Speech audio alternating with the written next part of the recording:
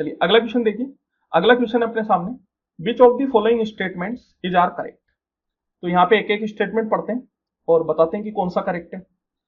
सबसे पहला स्टेटमेंट है, a triangle can have all angles less than 60 degree.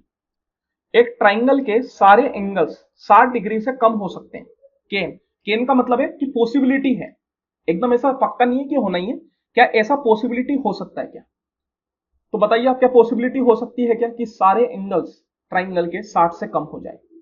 तो देखिए ऐसी कभी भी पॉसिबिलिटी नहीं हो सकती कि ट्राइंगल के सारे एंगल 60 से कम हो जाए, क्योंकि अगर मैं तीनों एंगल्स को 60 से कम कर देता हूं और एंगल्स का सम निकालता हूं तो क्या आ जाता है, 60 प्लस 60 प्लस 60, 60 प्लस 60 प्लस 60 करने पे 180 आता है।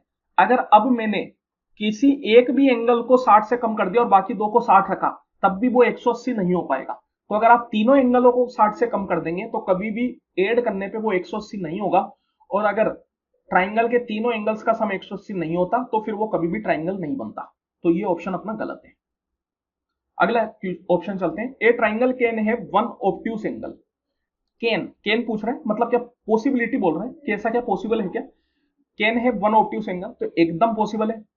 कोई भी ट्राइंगल होता है, अगर मैं उसमें एक एंगल को 90 डिग्री से ज्यादा कर दूं तो उस एंगल को अपन क्या बोलते हैं, ऑब्ट्यूस एंगल। तो ऑब्वियस है कि दो, बाकी जैसे ये एंगल मान लेते हैं 110 का हो गया, अब ये दोनों एंगल कितने के भी हो, मिला के तो 180 हो ही सकते हैं ना।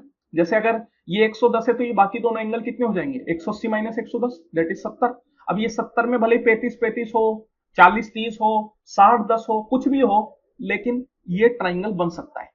तो वन ऑब्ट्यूस एंगल पॉसिबल है। तो एक तरीके से मैं बोल सकता हूं कि ये करेक्ट स्टेटमेंट है, तो यही अपना आंसर हो जाएगा। इसके अलावा भी लेकिन यहाँ पे अगर आप ऑप्शंस देखेंगे तो बी डी ए सी इस तरीके से। तो अगर मैं अब ऑप्शन से चलना चाहूं तो दो ऑप्शन पॉसिबल है, या तो ऑप्शन 1 होगा या ऑप्शन 2 होगा, 3 और 4 तो नहीं हो सकता। तो चलिए आगे के भी देख लेते हैं।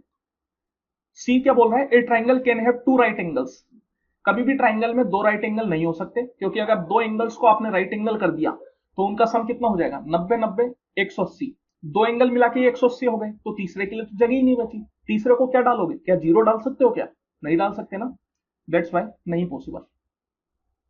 कोई भी ट्राइंगल में सिर्फ एक ही राइट एंगल हो सकता है। A triangle can have two acute angles, एकदम सही बात है भैया। अभी अभी अपन ने देखा, इसमें भी अगर आप देखोगे तो एक ऑब्ट्यूस अगर करते हो तो बाकी दो क्या होंगे, एक्यूट होंगे। तो मैं बोल सकता हूं कि एक ट्राइंगल में दो एक्यूट एंगल हो सकते हैं। तो ये एकदम सही है, मतलब बी और डी सही है। तो आंसर क्या हो जाएगा, option number 1, B and D.